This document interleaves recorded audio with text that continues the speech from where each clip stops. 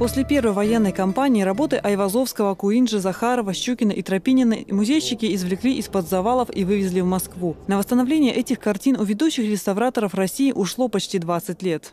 Эти картины были изуродованы, уничтожены фактически, были уничтожены, они возродились, как и наш Грозный, как и наш музей, и как весь чеченский народ. Каждая картина имеет свою судьбу, как и человек. Картины, которые сейчас выставлены в Национальном музее, в этом прекрасном и самом большом зале, такого зала нету нигде, даже в целом в России, как раз эти картины заняли свое достойное место.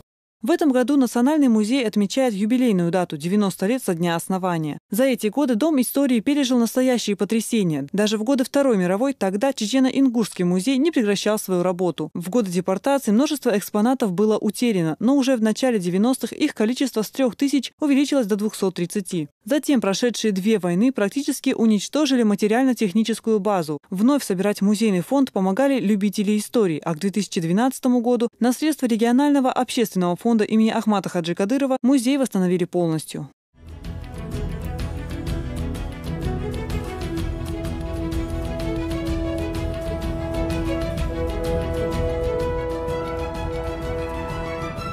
Сегодня здесь хранится более 30 тысяч экспонатов. Часть из них находится в хранилищах, другие представлены посетителям. В 8 выставочных залах история с древнейших времен. Здесь оружие войнахов, предметы быта, женские украшения и даже археологические находки каменного века.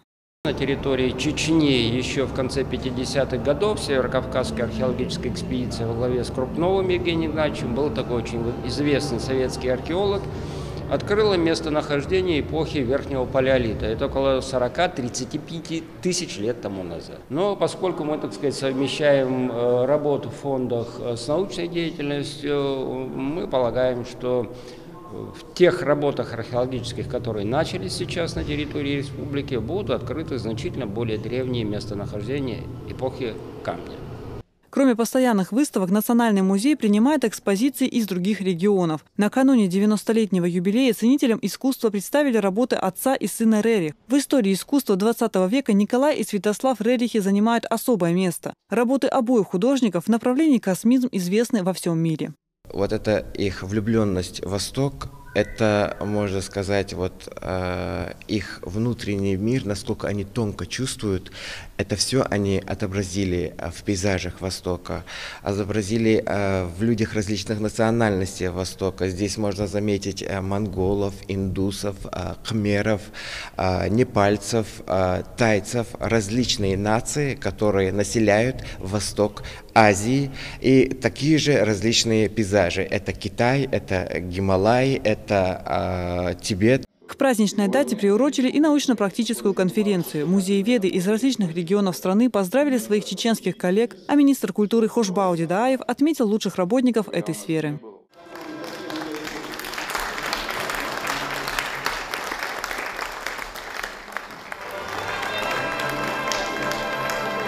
Елизавета Чепханова, Стаймир Хаджиев, Тамерлан Арсунукаев. Новости.